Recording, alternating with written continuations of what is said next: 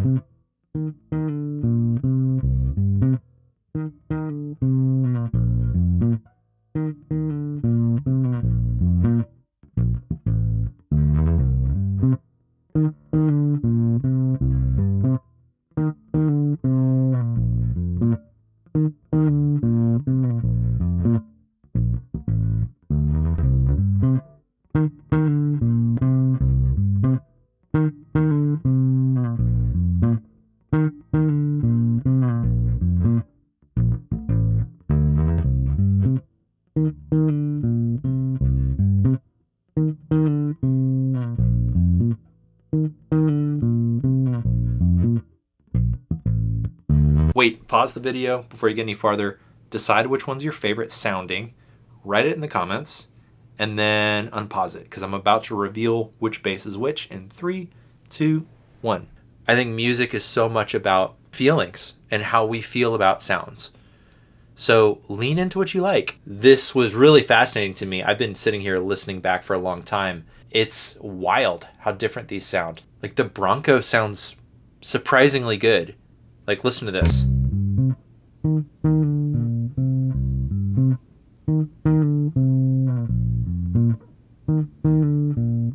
It's not the most exciting thing, but it's good. But then this American Performer, to me, it sounds thin and a little bit gross. I don't like it. Personally. Like, that's the Squier. And I like the Squier so much better than the American Performer. So far, the Squier's my favorite of the three.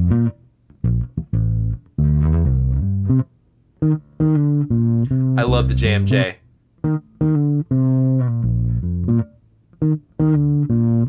It sounds awesome. It sounds like a P-Bass because it has P-Bass pickups. It's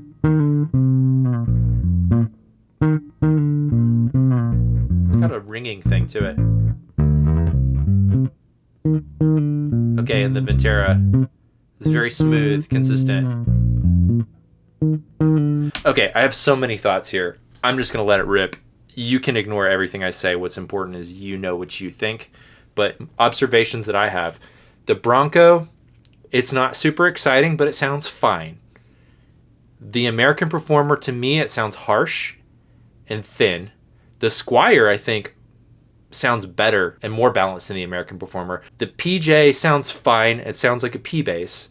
Which, like, if you want a P-Bass sound, I think get a P-Bass. Don't get a Mustang that has P-Bass pickups. Personally, I feel like it's a weird thing to compare a P-Bass pickup to these other, like, Mustang-style pickups. But whatever floats your boat. The Ventera 2, I will say it had a lower output.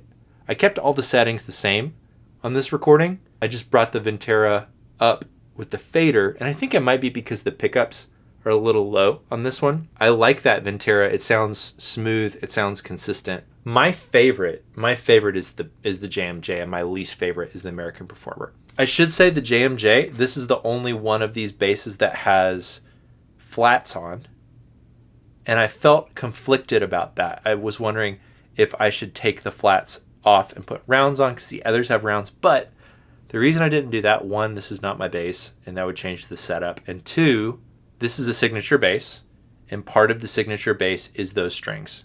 That was a choice that was made by the artist and Fender together to pair that bass with those strings. So I feel like for me to change the strings would be changing what the bass is designed to be, and I didn't feel okay about that. That brings up an interesting point. I think that flat wounds sound really good on Mustangs because Mustangs cut so well. Flats can kind of mellow them out or tame them a little bit. I actually have been putting half rounds on my Mustang and loving the results. For my scorecard, out of 5, right? The Bronco, I'm giving it a 2. It's not the worst. It's not super exciting. The American Performer, I'm putting a 1. It sounds harsh and a little bit, I don't know, just kind of brittle. Not inspiring to me personally. I mean, it sounds fine. I'm comparing these against each other, right? I'm not saying this is a bad sounding bass. It's a good sounding bass. But when you put it up against these others, the American for me is a 1 when it comes to sound, which is wild because it's by far the most expensive. The Squier, right in the middle, it's a 3. It's a solid sounding bass. It sounds good. The JMJ, I'm giving a 5. That's my favorite sounding. Those pickups are fat and gritty and full and have character, but they're consistent. I think the Seymour Duncan pickups that come with the JMJ, chef's kiss, very, very nice sounding. The PJ, I'm putting it as a 3. It's right in the middle. I feel like the Squier, the PJ, and the Ventera are all sort of in the same ballpark when it comes to how much I like the sound. The PJ, it sounds like a P-Bass. And I should say, for these basses that have multiple options, I kept it fully on the neck pickup for both the American Performer and the Fender PJ. not on the bridge pickup because I felt like that would be a big departure from the sound of the others and give sort of an unfair comparison. But yeah, this is interesting. This is fun. This is cool. I'm really enjoying making this video for you. This is just really fun. This next category is cost, or maybe a better way to put it would be affordability. So this isn't the value. The value you can decide by cross-referencing this against the other categories.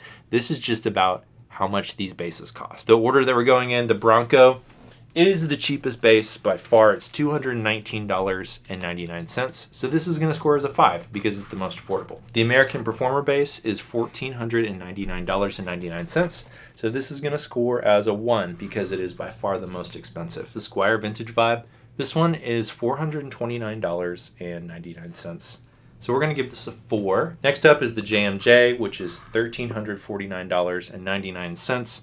This one we're going to give a 2 just because it's not a cheap base. The Fender PJ is right in the middle at $849.99. So we're going to give this a 3. And then finally the Ventera 2. This is $1,179.99. So we're going to give this a 2 as well. Next, we're going to talk about playability. Oh, and by the way, before I get too far, I need to thank the sponsor for today's video, Sweetwater.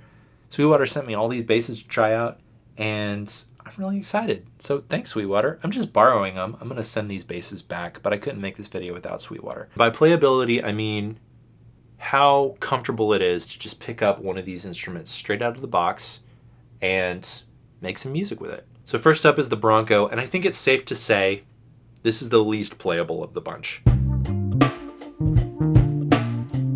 We're comparing it against instruments that cost 5 times this amount. This is just not in the same class of instrument.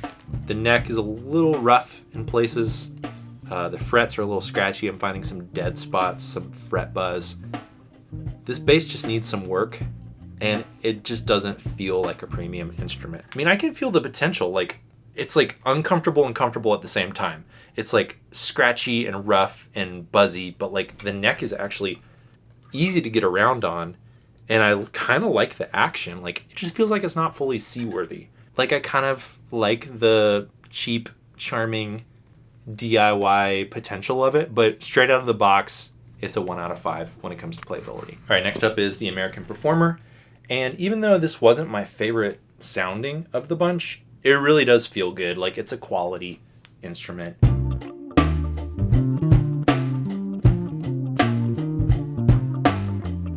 Fretwork is really good. The neck is comfortable to play. It's easy to get around on. You can just plug this thing in and go. It's a solid instrument. It does have the jazz bass pickup, so if that's something that's important to you to have that versatility, that's there. Also, the configuration is a little different here than the other ones because of that pickup.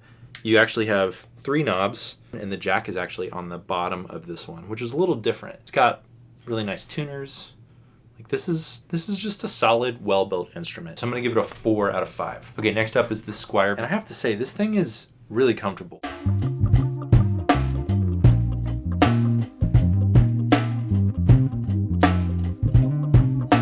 I could just walk on stage with this right now and plug it in, and it would do fine. And I think this is a very playable instrument. I'm gonna put it right in the middle. I'm gonna give it a 3. Okay, next up is this JMJ, and I will say, this is by far my favorite in terms of playability. It's so comfortable. I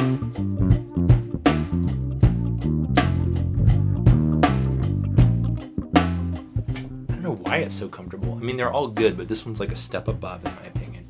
The neck feels great, but they did a really nice job of making this feel and look like a vintage instrument without being like too over the top with the relicking.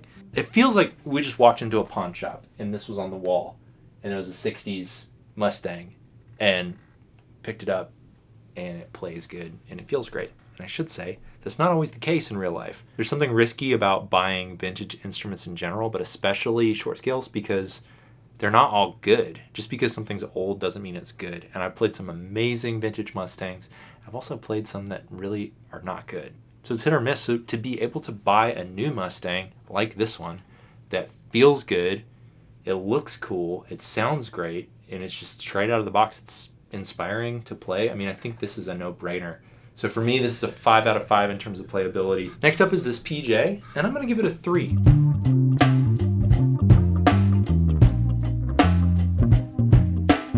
Right in the middle. It's solid, it feels good, it's comfortable, it's fine to play. But remember, I gave that same score to the Squier, even though this is a good bit cheaper. I don't think of that as a detriment to the Fender. I think of it more as a compliment to the Squier because I think they did an amazing job. So both of these are comfortable to play. They're kind of in the same zone when it comes to playability. And then last up, we have the Ventera 2, and I have to say this thing is really a joy to play.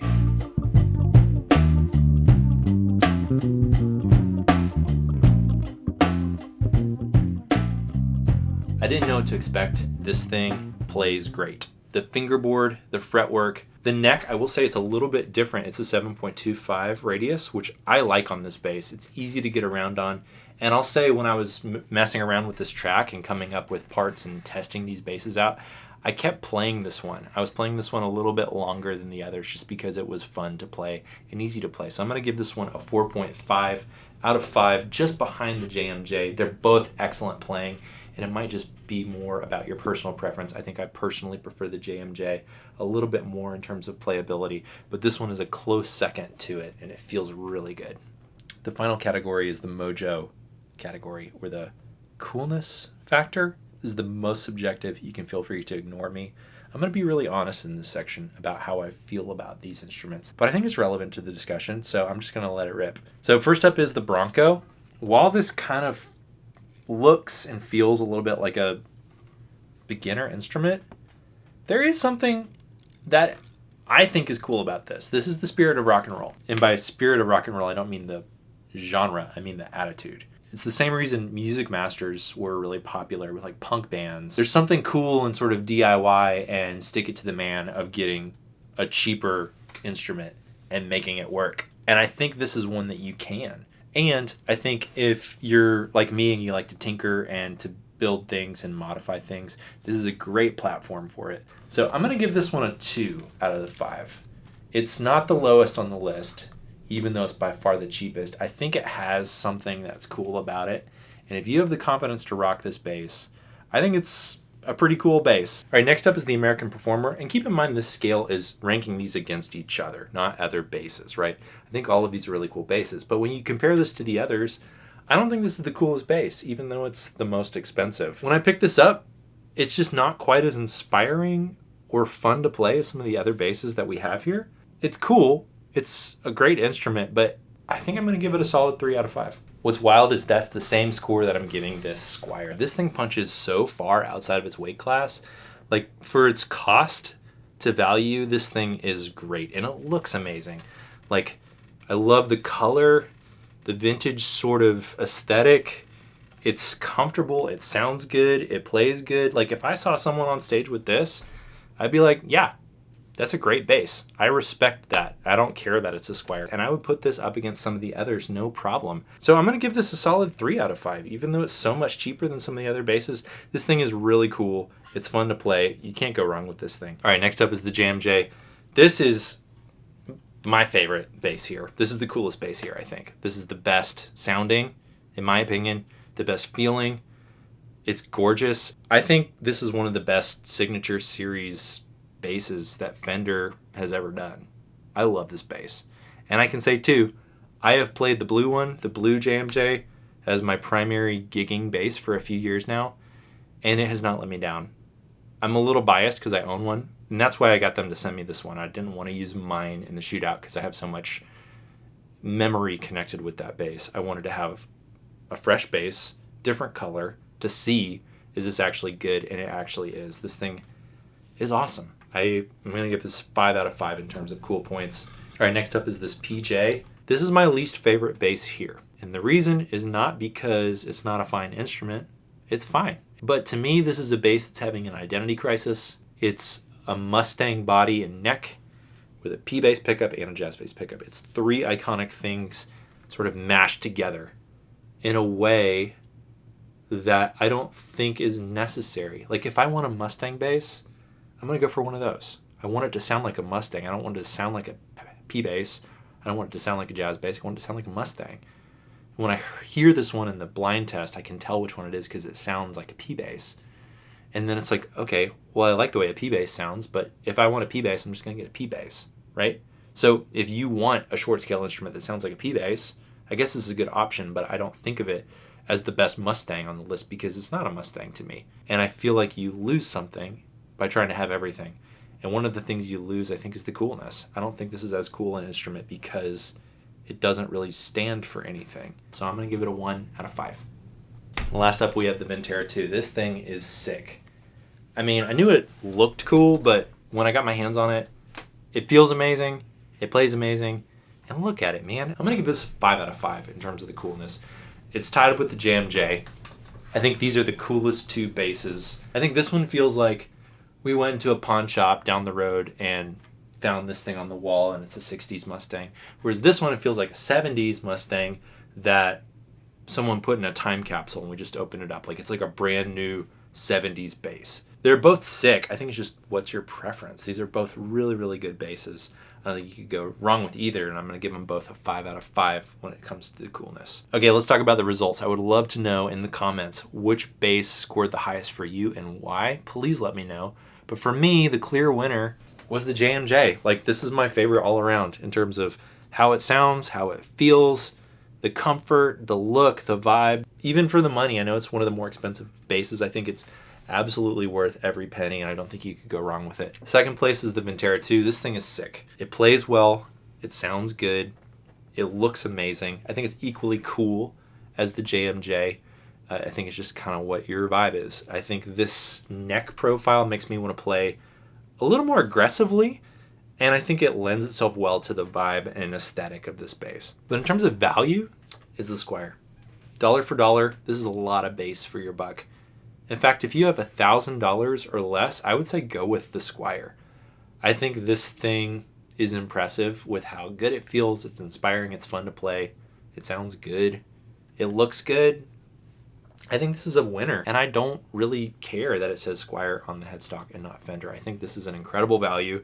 So if you're looking for a Mustang bass for less than $1,000, I think this is the move. But if you're someone like me that likes to tinker and modify things and explore sounds in that way, there's something really cool about this Bronco. I feel like this little guy didn't get a shine in this video because it was just outclassed by some of these more expensive instruments. But I think there's some potential here. I think this guy needs another shot. So I think I'm going to keep this bass and I'm going to do a video about exploring the Bronco platform and doing some modifications. So if you're interested in that, subscribe. That video will be on the way. Thank you so much for watching this video. I had so much fun making it, and thank you Sweetwater for making it possible. If you want to help this channel out, check out the affiliate links. That's a way that I make a small commission if you end up buying something, and that's a way that you can really help this channel. Another thing is signing up for the giveaway. It's a cool bass and you might get it for free. And then finally, I have a bass course. I really believe in the bass course. It's about 2.5 hours long, and we talk about all kinds of stuff. But if you're interested in taking the next step with your playing as a bass player, I think it's a valuable resource. So check that out as well. And if nothing else, maybe just subscribe if you haven't subscribed. I hate to ask, but it really does help the channel. So thank you for watching today. I'm so glad you're here, and hopefully I'll see you on the next video.